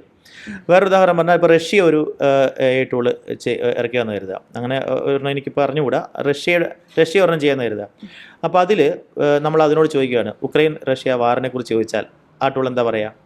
മനസ്സിലായല്ലോ, സപ്പോർട്ട് ചെയ്യത്തുള്ളൂ എന്ന് പറയുന്നത് പോലെ ഇപ്പോൾ കൂടുതൽ AI ടൂൾസും ആരാണ് ഡെവലപ്പ് ചെയ്തിരിക്കുന്നത്? അമേരിക്കയിലാണ് അല്ലേ? പ്രത്യേകിച്ചും വൈറ്റ് ആയിട്ടുള്ള അമേരിക്കയിലാണ്. അപ്പോൾ അതുകൊണ്ട് തന്നെ ഒത്തിരി സ്റ്റഡി ഇതിനെക്കുറിച്ച് നടക്കുന്നുണ്ട്. അതായത് AI-യോട് പല പല ചോദ്യങ്ങൾ ചോദിച്ചിട്ട് AI-യുടെ ബയസിനെ കുറിച്ച് തന്നെയുള്ള ആർട്ടിക്കിൾസ് നിങ്ങൾക്ക് എഴുതാൻ വേണ്ടി പറ്റും. അതിനെ പബ്ലിഷ് ചെയ്യാൻ പറ്റും പല പല ചോദ്യങ്ങൾ ചോദിച്ചിട്ട്. അപ്പോൾ അതിനകത്ത് ചില റിസർച്ചുകൾ നടന്നതിൻ്റെ അകത്ത് OpenAI ആവാം അല്ലെങ്കിൽ ജെമിനി ആവാം ബയസ്ഡ് ആണ്. ഫോർ എക്സാമ്പിൾ ജെൻഡർ ബയസ്ഡ് ആണ്. കൃത്യമായൊരു ഉദാഹരണം പറയുകയാണെങ്കിൽ ആമസോൺ ഒരിക്കൽ അവരുടെ കമ്പനിയിൽ ആളുകൾ റിക്രൂട്ട് ചെയ്യുന്ന ഒരു ഡ്രൈവിൽ അവർ AI-യുടെ സഹായം തേടി. അപ്പോൾ ഒത്തിരി ബയോഡേറ്റകൾ വരികയാണല്ലോ. ഒത്തിരി ബയോഡേറ്റകൾ വരുമ്പോൾ അത് മുഴുവൻ വായിക്കാൻ ഹ്യൂമന് പോസിബിൾ അല്ല. അപ്പോൾ അത് എന്ത് ചെയ്തു? AI ഏൽപ്പിച്ചു. AI ബയോഡേറ്റകൾ മുഴുവൻ, ആളുകൾ സബ്മിറ്റ് ചെയ്ത ബയോഡേറ്റകൾ മുഴുവൻ അതിനെ പെട്ടെന്ന് പ്രോസസ്സ് ചെയ്തിട്ട് റിക്രൂട്ട് ചെയ്യാനുള്ള ചുമതല എനെ ഏൽപ്പിച്ചു. അപ്പോൾ ഷോർട്ട് ലിസ്റ്റ് ചെയ്തിട്ട് ഇടുക. അപ്പോൾ ഷോർട്ട് ലിസ്റ്റ് ചെയ്തിട്ട് കഴിഞ്ഞപ്പോഴത്തേക്കും അതിൻ്റെ അകത്ത് 100% വന്നേക്കുന്നത് ആരാണ്? മെയിൽ മാത്രമാണ്. പെൺകുട്ടികളായിട്ട് ആരും അതിൻ്റെ അകത്ത് AI എടുത്തിട്ടില്ല. അപ്പോൾ ഇവർ എന്തുകൊണ്ടാണ് ഇതങ്ങനെ സംഭവിച്ചതെന്ന് അന്വേഷിച്ചപ്പോഴത്തേക്കും അത് എയുടെ കുഴപ്പമല്ല. എയിലേക്ക് നമ്മൾ ട്രെയിനിങ്ങിനായി ഇട്ടുകൊടുത്ത ബയോഡാറ്റ കഴിഞ്ഞ 10 വർഷത്തെ എംപ്ലോയീസിൻ്റെ ലിസ്റ്റൊക്കെ ആയിരുന്നു. അപ്പോൾ അതിൻ്റെ അകത്ത് കൂടുതലും മെയിലാണ്. അപ്പോൾ അതുകൊണ്ട് തന്നെ നമ്മൾ ഇട്ടുകൊടുത്ത് ട്രെയിൻ ചെയ്ത ഡാറ്റ, ആ ഡാറ്റയിൽ മെയിൽ ആണ് കൂടുതൽ വന്നതുകൊണ്ട് ഇപ്പോൾ അവർക്ക് ഫീമെയിലിനെ വേണമായിരുന്നു. പക്ഷേ ആ ഡാറ്റയ്ക്കകത്ത് മെയിലായിരുന്നുകൊണ്ട് ഗേൾസ് കോളേജിൽ പഠിച്ച ആളെന്ന് കാണുമ്പോൾ തന്നെ അതിനെ റിജക്റ്റ് ചെയ്യുന്നു. അല്ലെങ്കിൽ ഫീമെയിൽ അല്ലെങ്കിൽ ഗേൾ എന്ന് വരുന്ന എല്ലാം റിജക്റ്റ് ചെയ്യുന്നു. അത്തരത്തിൽ മനസ്സിലായോ? അപ്പോൾ അതുകൊണ്ട് അത് എയുടെ പ്രത്യേകത. ഇനി നമ്മളിപ്പോൾ നേരത്തെ പറഞ്ഞ ആ ക്രിസ്തുവിൻ്റെ ചോദ്യത്തിലേക്ക് വരുവാണെങ്കിൽ എങ്ങനെയായിരിക്കാം എനെ പ്രോസസ്സ് ചെയ്തിരിക്കുക? അപ്പോൾ ക്രൈസ്റ്റിനെ കുറിച്ചൊരു തമാശ പറയാൻ പറഞ്ഞപ്പോഴത്തേക്കും പെട്ടെന്ന് തന്നെ അത് പറയാൻ കാരണം 2-3 കാര്യങ്ങളുണ്ട്. ഒന്ന്, പെട്ടെന്ന് ഹിസ്റ്ററി നോക്കുവാണ്. ക്രൈസ്റ്റിനെ കുറിച്ച് പറഞ്ഞിട്ടുള്ള അല്ലെങ്കിൽ ക്രിസ്തു മതത്തെക്കുറിച്ച് പറഞ്ഞിട്ടുള്ള തമാശകൾ എവിടെയെങ്കിലും ഇൻടോളറൻസ് ആയിട്ട് വന്നിട്ടുണ്ടോ? വളരെ റെയറായിട്ട് വന്നിട്ടുണ്ടാവുള്ളൂ. കാരണം ഈ പ്രോസസ്സ് ചെയ്തിരിക്കുന്ന ഒരു പക്ഷേ വെസ്റ്റേൺ കൺട്രീസിലാണ്. അപ്പോൾ അതുകൊണ്ട് തന്നെ അവിടെ കുറച്ചുകൂടി ഓപ്പണായിട്ട് ക്രിസ്ത്യൻ റിലീജിയനെ ക്രിട്ടിസൈസ് ചെയ്യാനോ തമാശ പറയാനോ ക്രൈസ്റ്റിനെ ഇങ്ങനെ വരാനോ ഒക്കെ സ്വാതന്ത്ര്യമുള്ള, അതിനെ ഒപ്പം തന്നെ തെറ്റായി കണ്ട് ശിക്ഷിക്കാത്ത ഒരു നാട്ടിലുള്ള ആളുകളാണ് ഇതിനെ പ്രോസസ്സ് ചെയ്ത്. അപ്പോൾ അതുകൊണ്ട് തന്നെ അവരുടെ ഡാറ്റ അങ്ങനെയുള്ള ഡാറ്റയാണ് എന്ന് കണ്ടു. എന്നാൽ നേരത്തെ പറഞ്ഞ മതത്തെ അതിനെ ഇത്തരത്തിൽ അതിൻ്റെ പ്രവാചകനെയോ അല്ലെങ്കിൽ അതിലുള്ള കാര്യങ്ങളെയോ അപകീർത്തികരമായോ അല്ലെങ്കിൽ തമാശയായോ എന്തെങ്കിലും പറഞ്ഞിട്ടുണ്ടെങ്കിൽ അതൊരു തെറ്റായ കാര്യമായി കാണുകയും അപ്പോൾ തന്നെ അത് ശിക്ഷിക്കുകയും അതൊരു ദൈവനിന്ദയായി പരിഗണിക്കപ്പെടുകയും ഒക്കെ ചെയ്യുന്ന ഇവൻസ് ഹിസ്റ്ററിയിൽ പലതും ഉണ്ടായിട്ടുണ്ടാവാം. അപ്പോൾ ആ ഒരു ഹിസ്റ്റോറിക്കൽ ഡാറ്റനെ അനലൈസ് ചെയ്തിട്ട് അതൊരു കാരണം. അപ്പോൾ പറഞ്ഞു അതങ്ങനെ ചെയ്യാം. മറ്റൊന്ന് അത്തരത്തിൽ ആ മതത്തെ അല്ലെങ്കിൽ ആ മതത്തിൻ്റെ ദൈവത്തെ അപകീർത്തിപരമായി പറഞ്ഞുകൊണ്ടുള്ള കാര്യങ്ങളെ ടോളറേറ്റ് ചെയ്യുന്നതാണോ അല്ലയോ എന്നും കൂടി നോക്കുന്നുണ്ട്. അപ്പോൾ ഇതെല്ലാം അതിന് മുന്നേ ഉള്ള ഹിസ്റ്ററിനെയും ഡാറ്റകളെല്ലാം അനലൈസ് ചെയ്തുകൊണ്ടാണ്. അപ്പോൾ മനസ്സിലായി, എന്ത് മനസ്സിലായിട്ടുണ്ട്? ക്രൈസ്റ്റിനെ കുറിച്ച് ജോക്സ് പറയുന്നതിൻ്റെ അകത്ത് പ്രശ്നങ്ങളില്ല, എന്നാൽ മറ്റേ കുറിച്ച് ജോക്സ് പറയുന്നതിൻ്റെ അകത്ത് ചരിത്രത്തിൽ പ്രശ്നങ്ങൾ ഉണ്ടായിട്ടുണ്ട്. സോ വളരെ പ്രൊഡൻ്റ് ആയിട്ടുള്ള ഇങ്ങനെയുള്ള കാര്യങ്ങൾ വളരെ പ്രൊഡൻ്റ് ആയിട്ടുള്ള ഒരു ഡിസിഷൻ അപ്പോൾ തന്നെ എടുക്കുകയും ഐ ആം സോറി എന്ന് പറയുകയും ചെയ്തതാണ്. ഞാൻ പറഞ്ഞു മനസ്സിലായോ? അപ്പോൾ അത് തന്നെ തീരുമാനിച്ചതല്ല, മറിച്ച് അവിടെ അവൈലബിൾ ആയിട്ടുള്ള ഡാറ്റയെ പ്രോസസ്സ് ചെയ്തെടുത്ത ഒരു തീരുമാനമാണ് എന്ന് വേണം പറയാൻ.